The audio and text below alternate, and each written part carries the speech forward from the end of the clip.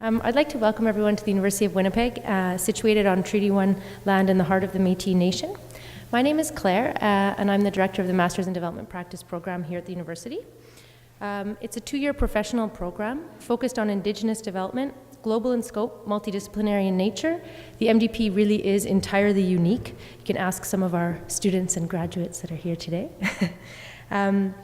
And I think our students and graduates are really stellar examples of what successful development practitioners can accomplish when they learn to do development differently.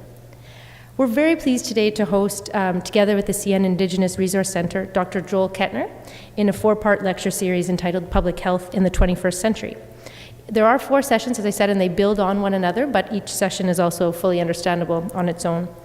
And we are recording all of the sessions, so if you're unable to come to all of them, you'll be able to watch them through the website. Last week, Dr. Kettner unpacked the meaning of public health, and today he'll be talking about priorities for prevention in Manitoba. I'd like to take this opportunity to thank everyone at the university who put a lot of work and effort into organizing this event, especially Jennifer Ledoux, Nanise Ibrahim and the communications team, Marina Britton and the events team, and media and tech services. And I'd like to especially thank Dr. Kettner.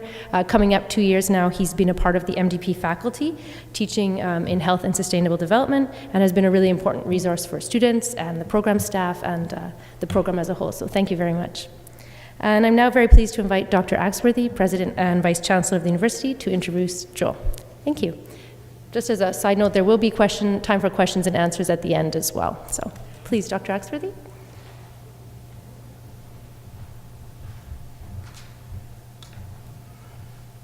Good afternoon.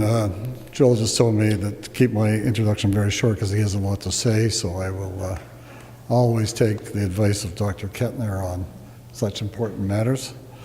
Let me just first begin by saying I really appreciate the initiative taken by the MDP program to provide this discussion on public health. I'm just in the midst of reading a really quite interesting book by a professor of economics at Princeton, a guy named Angus Deaton, and it's called Health, Wealth, and the Origins of Inequality. The broad title is The Great Escape, and the whole thesis of his very extensive analysis is that there have been periods in our history when all of a sudden humankind was able to make large leaps forward so that the level of mortality that males in 1820 England was about 45 years old if you were lucky, and if you weren't caught in a plague or epidemic or whatever. But the advent of public health, clean water, sewage, vaccines, other areas that were public good. They were not private medicine, they were not sort of a new discovery. They were simply providing a basic infrastructure in which large numbers of people could live a healthy life, had a massive impact on extending the level of mortality almost by about 15 to 20 years in one fell swoop. The reason I mention that is that because it does demonstrate that the commitment to public health and its application is probably one of the most important public initiatives, infrastructure, research, education that can possibly be provided. And there still is a long way to go. There are still many areas, including parts of our north where First Nation and Métis are not given the full rights of public health, other parts of the world where it's denied or simply neglected, and as a result, the issue of inequality around the world is very much tied to the accessibility and availability of a good public health program, along with other sources. Important to mention because Joel Kettner has been an advocate and an activist in this area for many, many years. In his first work at the University of Manitoba Faculty of Medicine, following up with his work in North as the Associate Public Health Officer, and then 12 years as the Public Health Officer for Manitoba. He has been a very strong voice in this province for the substantial preventative use of public health as a way of overcoming the issues of inequality that so bedevil us and which are still with us.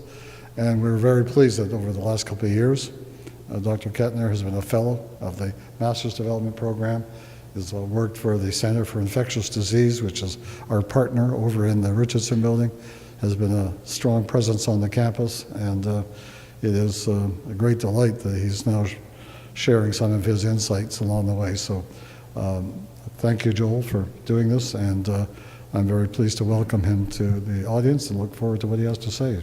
Dr. Joel Kettner.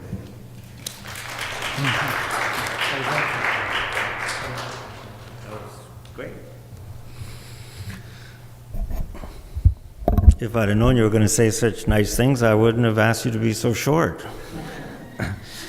Anyway, and that's my only joke for this presentation, because public health, disease, death, they don't really lend themselves to humorous presentations. So I appreciate you coming to hear about this topic, and I'm going to get right into it because I want to do my best to leave some time for questions and discussion. And that's really because public health is everybody's business, and the ideas about solving and how to solve some of the problems I'm going to lay out here can't just come from the top, so to speak. They can't just come from the government or the Minister of Health. And not just the ideas, but the solutions have to really be shared by all of society. So that means discussion, that means dialogue, that means putting problems out there in an open way and debating and discussing solutions. So, as Claire said last week, we really looked into what is public health and some of its history and concepts and terms. Today I'm going to focus on Manitoba and try to give some highlights of what I think are important aspects of the health of Manitobans and our priorities for prevention. Next, we're going to go into more depth about some of the things that Dr. Axworthy mentioned, which is understanding the determinants and how is it that some populations are healthier than others. And I'll mention some of that in this presentation, but I'll go into more depth on that in the third week. And then the last week, we'll come back to this question of how do we make the kind of changes that happened in the 19th century in developed countries and in many other places that have really advanced health, and what are the issues there from a perspective of ethics, politics, and public health. So this is the outline of the talk. I'll do a quick review on what happened in Lecture 1, and then I'm going to talk about risk factors for disease and death. I'm going to talk about Manitoba's profile and some reflections and recommendations, and then hopefully we'll have time for discussion. So some of this I'm going to go through probably faster than it deserves, but I think you'll catch the drift.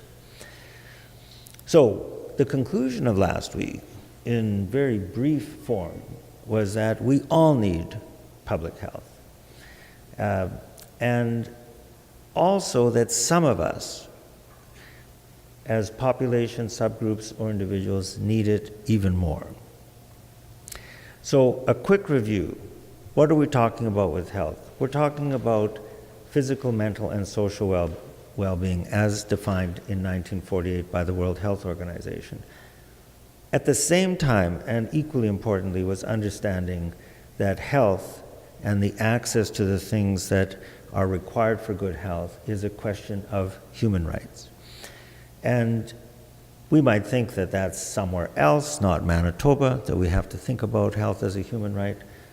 I think the facts will show that we have human rights issues with regard to health right here in our own province. And the relationship to sustainable development is something, again, that I'll go into in more detail next week, but it is this relationship between the determinants of health, the economy, the social culture, and many other aspects that really have such an impact on health outcomes, in addition to our ability to provide health services. So what we talked about was, these are the P's of public health. It's about prevention, It's a population perspective as compared to one-on-one encounters in primary care. It has a perspective that's wide and broad and deep, including the future. It requires partnerships, and it involves power. Power in public health acts, but also power and empowerment of people to make changes.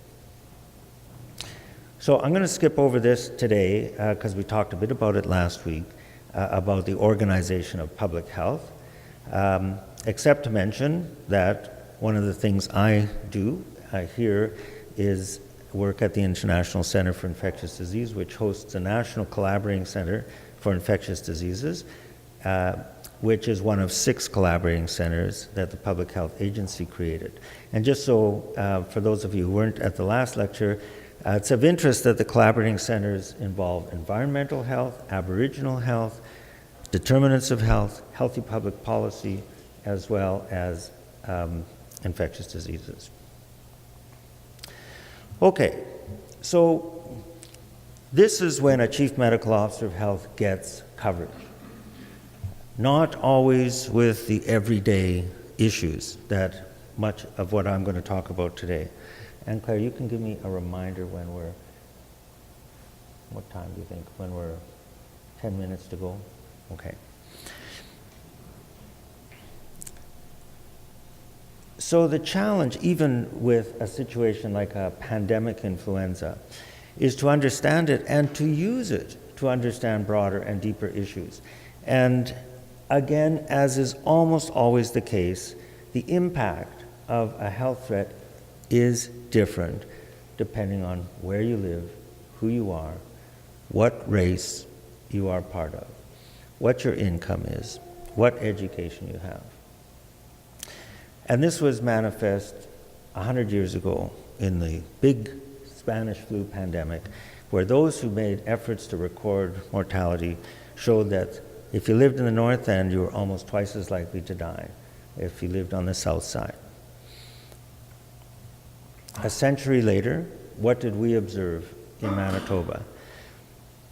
During the height of the pandemic, we observed when our intensive care units were actually approaching their limit, there was quite a bit of concern about where this was going. 1/2 of the patients in the intensive care unit were of Aboriginal ancestry.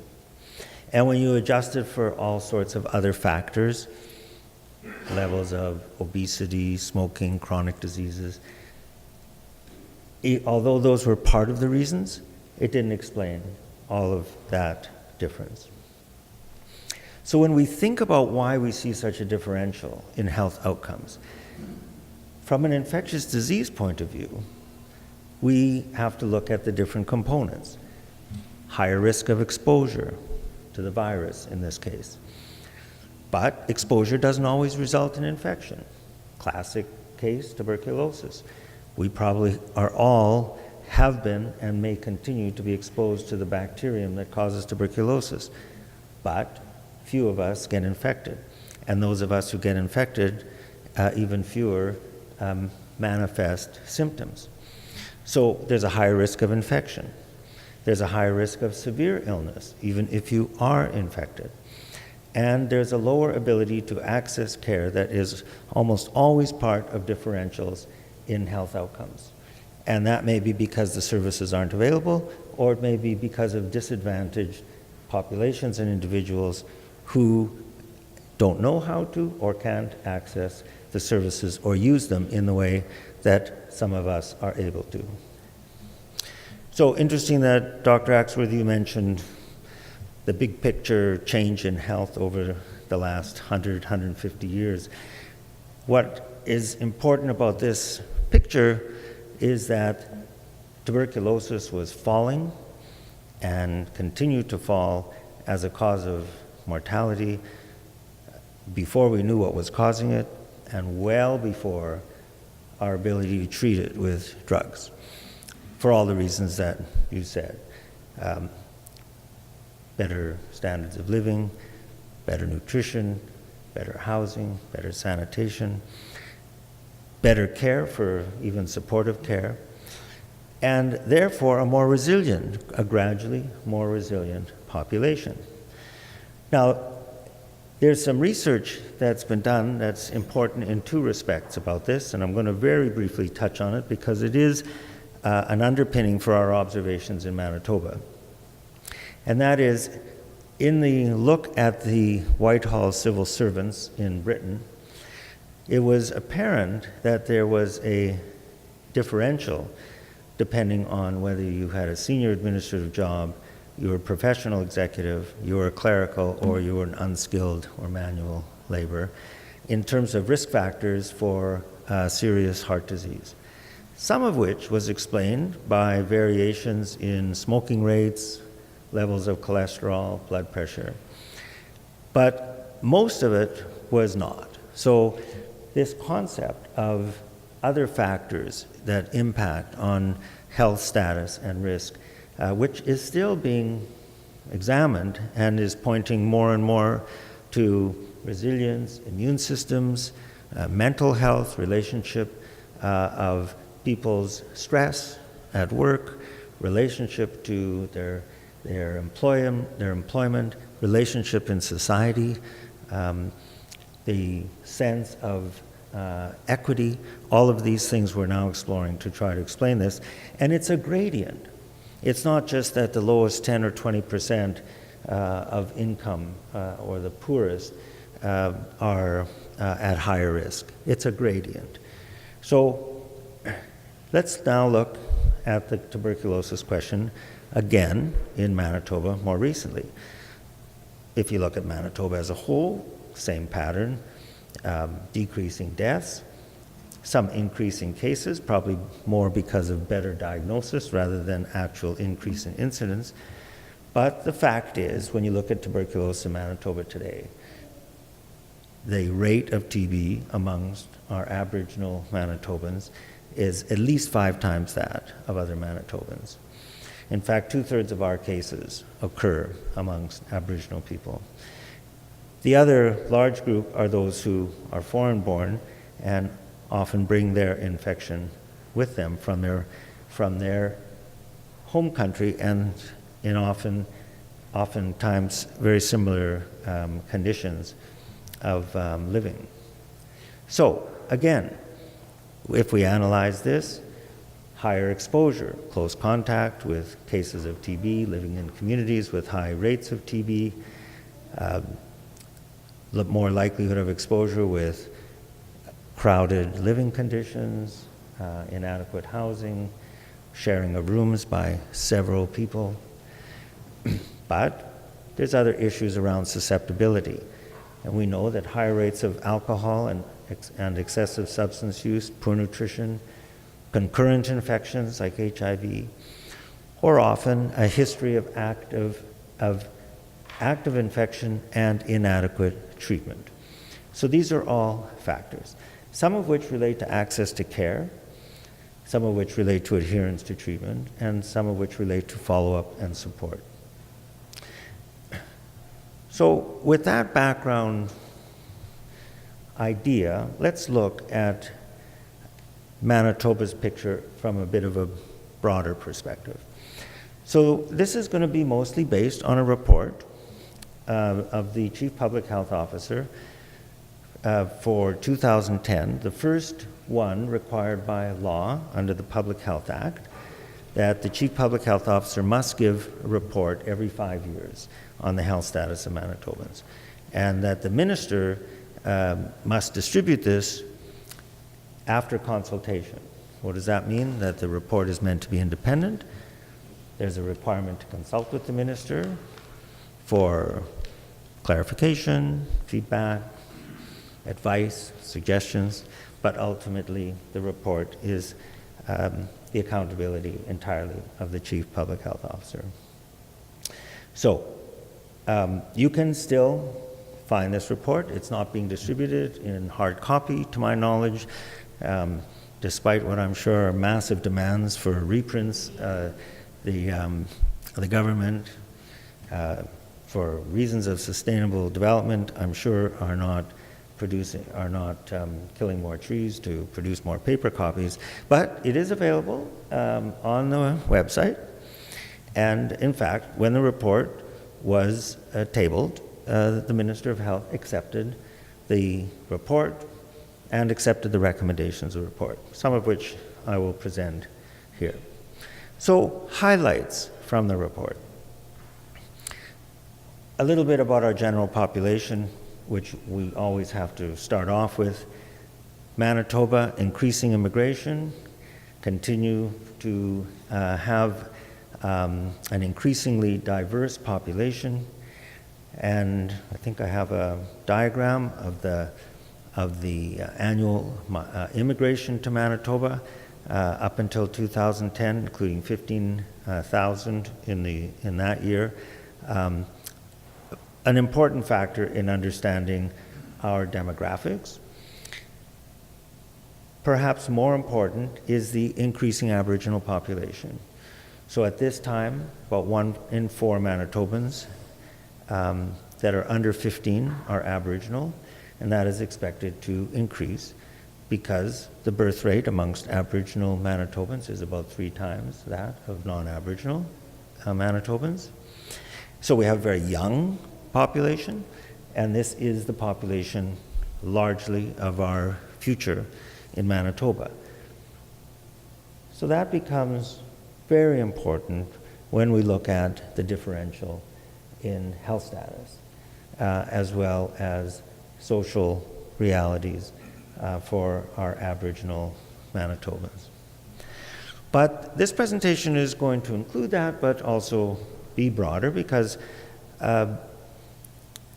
many Manitobans, if not all of us, to varying degrees, are at risk for having our lives end earlier than they could.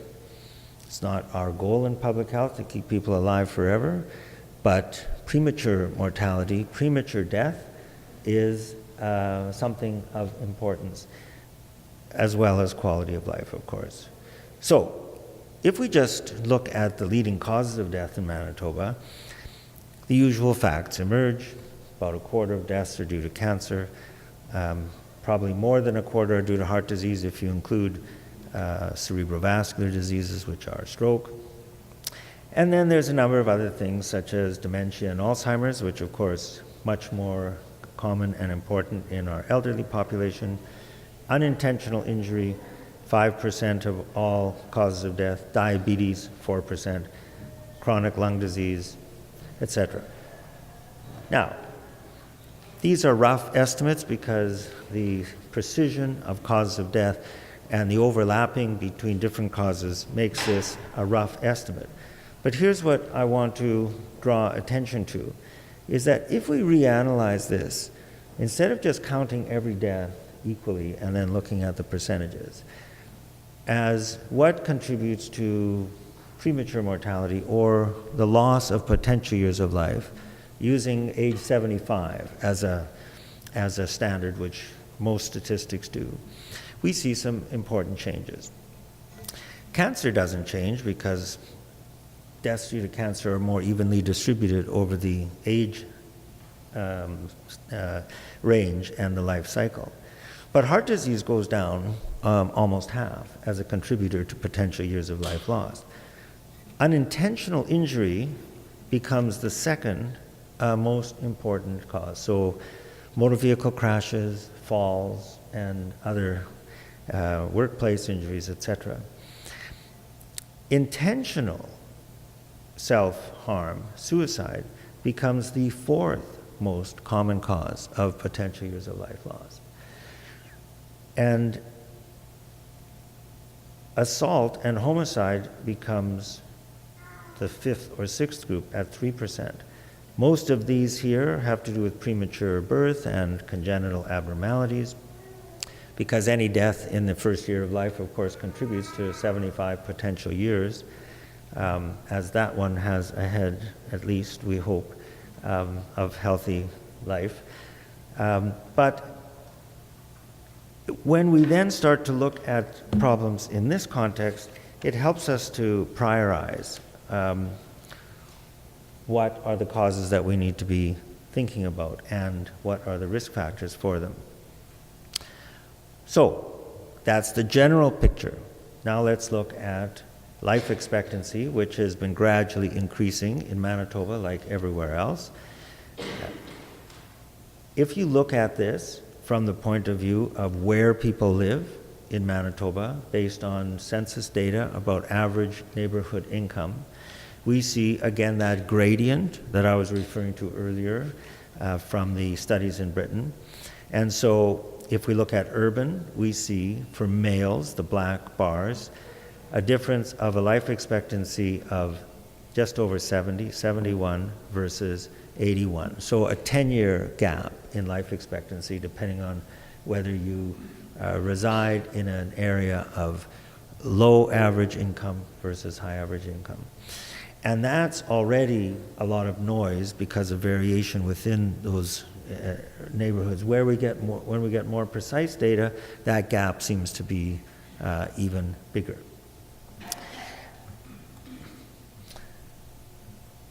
Part of this, but a very small part of it, is due to infant mortality. So again, we're very pleased in Canada and in Manitoba that our overall infant mortality is very good compared to the rest of the world. It's a very good indicator of not only health care, but of social and economic conditions.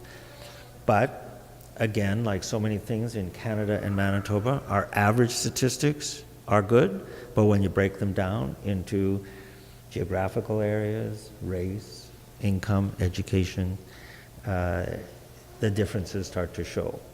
So again, interesting and important data that the infant mortality rate can be 3 times as high in if you're born in a neighborhood of lower income. So this is the kind of ideas that led to trying to break down a range of determinants of health, of which health services is one and remains important. But as you can see on the list, there are many other factors that we think are important. And of course, these are the kind of things that relate to the relationship between sustainable development and health. So let's look at just some examples of facts for Manitoba. Food insecurity, when measured, and again, debate about how this is done, indicated, and I think there's some more recent statistics, but this is what we had available at the time of the report, about 1 in 10 Manitobans report food insecurity. Maybe an even more surprising figure is that when looked at carefully, 40% of working adults have literacy scores that are below the level required for full participation in everyday life and the economy. That maybe isn't that surprising when we look at, and I think from an institution of the University of Winnipeg's perspective, this is such important data around coming back to the demographics of diversity and access for our Indigenous populations, that a quarter of Manitobans do not achieve grade 12, and a quarter achieve nothing beyond grade 12. So half of Manitobans do not attain any post-secondary education or certification or diploma in a specific academic or trade setting. This next figure perhaps is the most important, and when I'm asked of all the statistics in the report, if I could single out one that's most important, what is it? I think this is the one. That when measured with an indicator that's actually been developed in Manitoba of the readiness to learn for children when they leave kindergarten and go to grade 1, that 1 in 4 Manitobans do not meet the basic standard in intellectual, emotional, and physical health that's considered a basic standard to begin grade 1. So people call this readiness to learn, and it is tied in with all of the work that's being done on brain development, healthy child development, and that is the average for Manitobans. If you start breaking that down by, again, Aboriginal children, 1 in 2 Aboriginal children are considered not ready for grade 1 in one or more of those domains. So we're going to come back to that again, but a few things about the physical environment, again, tying back to our understanding of the importance of sustainable development and economic development. In Manitoba, we had at that time, and this number keeps going up or down, approximately 100 communities whose drinking water requires to be boiled or otherwise avoided because of difficulties with confidence in its safety. Again, in analyzing core housing need with some clear standards, at least 10% of Manitoba households, excluding First Nations communities, were considered to be in core housing need, space, quality, and other factors. And of course, those numbers are way higher on First Nations communities. The only point I want to bring in here is an example of health services, because it ties in back with the healthy and child and the readiness to learn, is that, and this I believe to be an underestimate, at least 7% of women in Winnipeg do not receive adequate prenatal care by the time they have arrived to deliver their baby. And this, again, varies a lot by social conditions and race. How are we doing for time? About 10 more minutes? Is that about right? Okay. Okay, a few more facts, and I'll go through these a little more quickly. I don't know if this is surprising to you, but 1 in 5 pregnancies in Manitoba result in therapeutic abortion, almost 4,000 per year. Manitoba has more than double the rate, Canadian rate of teen births.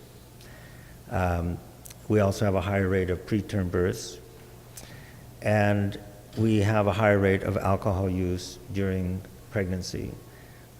1 in 7 women overall, 1 in 3 Aboriginal women acknowledge drinking while pregnant, and as well in smoking, high rates amongst Aboriginal women, and lower rates, but still significant amongst non-Aboriginal women. I mentioned this first fact about the demographics. The leading cause of death in children is unintentional injury, followed by suicide, followed by assault. Most of psychiatric disorders are first recognized in adolescence, pointing to the importance of mental health as a focus for the future in public health. A third of children and youth are overweight or obese, and that's a little higher than the Canadian average. And I've already mentioned the statistic about readiness for grade 1. How healthy are we as adults? More than half of adults, most adults have at least one avoidable risk factor for chronic disease. And most of that includes being overweight, inactive, as well as diet and all of those usual things we talk about. But the figures are pretty compelling. When it comes to salt intake, some studies show that up to 90% of us take more than what's recommended. There's reasons for that. I mean, some of that is already in the food before you even add a salt from a salt shaker. So these figures that I'm going to present here are not intended to point fingers and lay blame at individuals. A lot of these are because of conditions of our environments, availability of food, and other factors, many of which we're attempting to address right here in the University of Winnipeg, and our Healthy Campus strategy will address some of these things, because most of these behaviors, habits, whatever you want to call them, begin in the years of university life. So 1 in 4 of us still smoke. Those rates are higher among certain groups. And I've mentioned figures about education. I need to say something about the cost of this, although the cost is not the main issue. It is if you think about what these funds could be used for post-secondary education grants or other things, that we end up spending money on these problems in the health system and in other places. So without going into the details here, it's estimated that the cost of substance abuse, or overuse, probably is the right word, for tobacco, for alcohol, and as illicit drugs, is probably costing Manitobans $1.5 billion. That's more than a third of the health budget that's spent every year in Manitoba.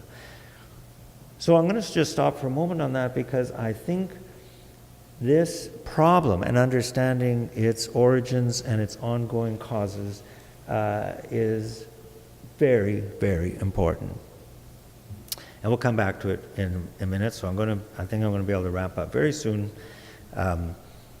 Comment about seniors. Right now, 1 in 7 of us are over 65. That's going to be 1 in 5 within 15 years, and it's going to be more. If you made it to 65 and you're a woman, you can expect on average to live to 86. If you've made it to 65 as a male, you can expect to live till 83 on average. So that demographic is changing. And the leading causes of death I won't go into, except to say that depression and chronic loneliness are huge issues for our senior population. Okay, reflections and recommendations. So I'm going to speed through some of this and encourage you to read the report and its recommendations, because I do want to leave some time for questions. But the bottom line is that much of this is preventable, and much of it is preventable by addressing underlying causes, determinants, and changing the social and cultural norms, and providing support for those who are most disadvantaged in our policies. And I would say that these are probably the 5 biggest problems, the overarching one being the significant inequalities by race, income, and geography in Manitoba, the readiness to learn of our young children, the substance use, inactivity and overweight, and the consequences of chronic disease and getting older. Do we need more health services? Or do we need to address the determinants of health? I don't think we need more health services. I think we could have better health services. I think we could have health services that focus more on addressing underlying causes and reaching out to those at highest risk, rather than have a system where the access is available to those who come and use it. But mostly, we need to address the other issues that I've talked about, and I don't think I'm going to go into these now, because maybe in the discussion they'll come up. But I hope that you'll have a look at them in the report, and I'll stop here and take questions. And besides, the solutions to these problems are not really for a chief public health officer to declare. It's to lay out the problems, it's to inform the public, and now as a public health physician in the educational settings, I need to do even more to understand these issues better and work with other individuals and organizations to figure out how we're going to solve them. So I'll end there. Thank you for your coming and for your attention, and I think we've got about 10 or 15 minutes for questions or discussion.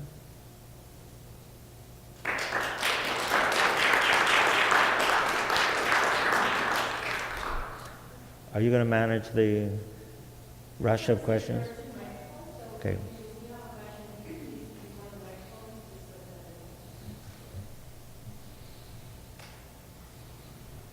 Dr. Kirkpatrick? Thank you, Dr. Kettner, for insightful presentation. I just have a question Are you going to regarding... introduce yourself? Oh. If you don't want to give us your name, at least say you're an alumnus and graduate of the MDP program. Oh, I'm Titenda. I'm one of the graduates from the MDP program. You mentioned, and I keep hearing this a lot in terms of dialogue. Dialogue. Yes, partnerships, collaboratively working together. And I'm just wondering, how is this going to be, from your own opinion, possible given the jurisdictional ambiguities that currently exist in the province of Manitoba?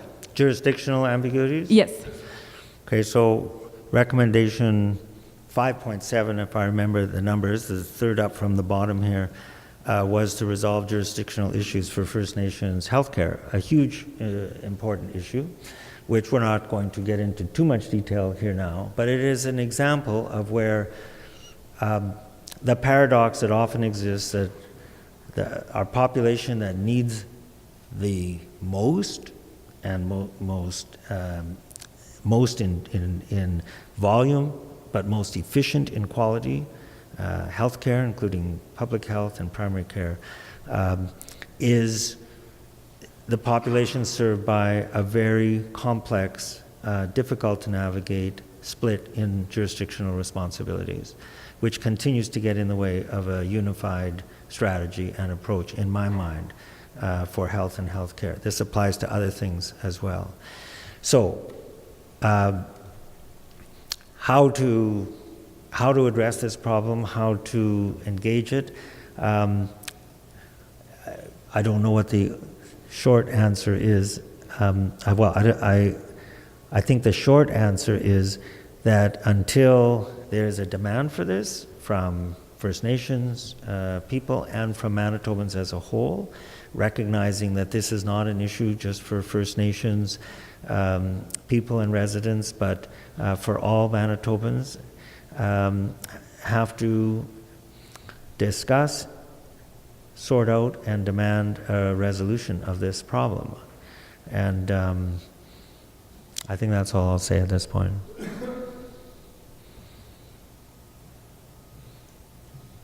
Thank you for your presentations, Dr. Kettner. It resonated very much with me. Much of it is related to my interests, particularly in the area of prevention. But what you've described is a problem that's very complex and far more than getting more exercise, better nutrition, better lifestyle choices. So like any problem that is complex, there is no simple answer. I'm reminded of Maslow's hierarchy of needs. And until some basic human needs are met, it's very difficult to get a higher level needs like improved health and self-actualization. I'm reminded, as you presented, of Jeffrey Simpson's book, Chronic Conditions, where he talks about Canada's healthcare system. And chapter 12 of his book talks about the importance of preventative measures that individuals in Canada can take. And I realize there's different strategies for different populations. And some of the basic problems we have in our society have to be addressed before we even look at some improved health outcomes. But in the book, chapter 12, he talks about the fact that we well know the research in terms of the benefits and risk factors associated with activity or inactivity and sedentary behavior. But the trick or the problem is, how do we change the behavior in the population? We know that our young children and youth are 1/3 overweight and obese. We have a society where our children will be less fit and less active than their parents. And when you do a cost-benefit analysis of that, the outcome is the fact that it's probably costing more to treat than to prevent. So it would take some kind of investment. But I realize it's a very complex problem, but I wouldn't mind.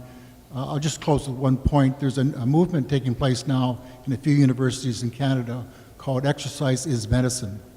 Now, there's physicians in the room can correct me here, but as a rule, it's been my understanding from my reading that physicians don't generally prescribe exercise as a treatment. You usually have other treatments they would try. And this movement called Exercise is Medicine is being looked at very closely at universities like McMaster and Guelph University currently. But I wonder if you could just comment on the idea of prevention where other issues, of course, are addressed. We haven't done a very good job. If you're to measure my work in this area over the years, I'm aware of all the fitness tests that have taken place over the last century. Every test has shown that our children are less fit or have maintained low levels of fitness in each subsequent testing protocol that was done. So I agree with everything you said about the complexity of this problem and the importance of it. Exercise as medicine is exactly the opposite concept that I think we need. I understand what you're saying, that physicians should, in caring for their patients, help them to understand that a pill or an operation isn't necessarily what's going to solve their problems in the long term, but how they live and how to address those problems. The difficulty with the concept for me is that it's seen as a treatment that's outside of the everyday norms of everyday life. I mean, it's not that we don't need it. It needs to be in addition to an approach that I like to use, which is what some people call a settings approach, which is to analyze the everyday settings of our lives and what is happening in those settings that are health promoting or are barriers to health.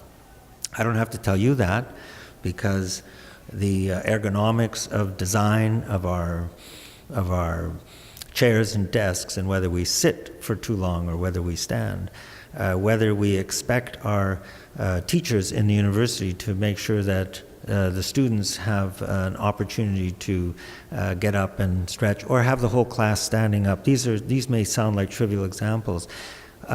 More significant examples are how we design our buildings, so that the stairways are inviting, or you can even find them and feel safe in them, rather than automatically walk in and just see elevator doors. So those are just examples of what I think, and what the recommendations in the report tried to get at, is that we do need a systematic approach to these problems that involves a network of players with understanding of the different governance levels, but also what everyone can do in their own setting and in their own level of policy setting or enactment, whether it's a parent in the home or a teacher in a classroom or an employer in a workplace, while the government is responsible for setting out policies. I mean, you know, an example just that I like to throw out in the whole struggle for encouraging our children to eat healthier foods is that we can have those policies, but if on television there's constant advertising for sugared cereals or fast food without any restriction from using our young children as an audience for that influence, it's very difficult for parents or for others to change those behaviors. Some provinces, well, at least Quebec, maybe Ontario, are finding a way now to look at those kinds of interventions at a more broad level too. So it's complex, it needs multiple levels, but I think the goal is to make this everyday life. And I don't just mean activity and nutrition, I mean social norms, you know, anti-bullying expectations. Everyone has a role which we now recognize more and more as bystanders. There's much more important stuff here we could talk about that really impact on people's mental health and their self-esteem and their motivation. Well, we could talk about so many things.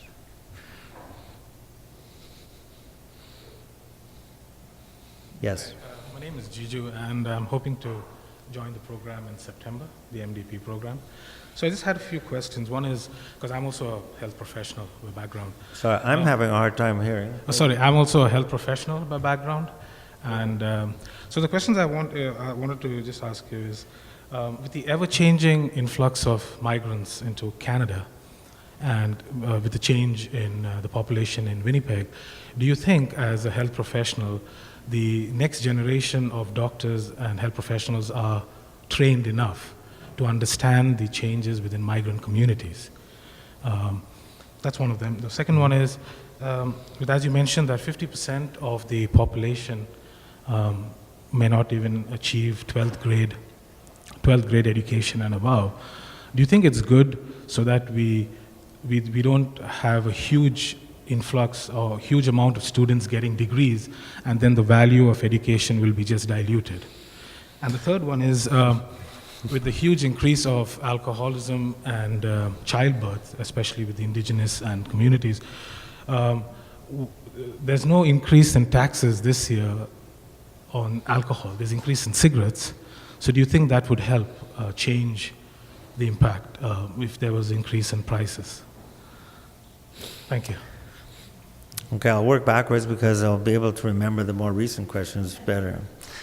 Taxation is one policy lever that governments can use as incentives to purchase things by reducing taxes or as a deterrent.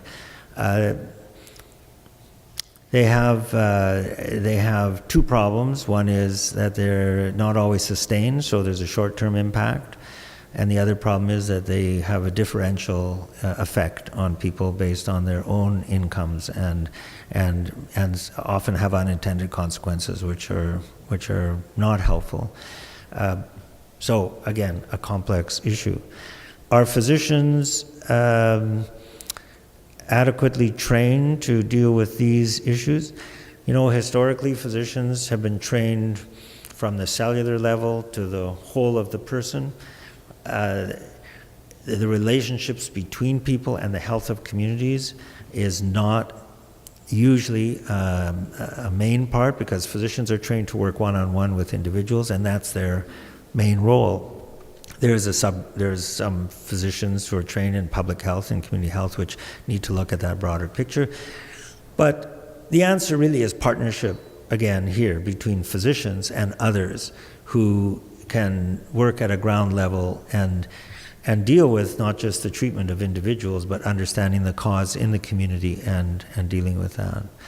And I think there was a third question in there which either I can't remember, or there isn't enough time for, or both.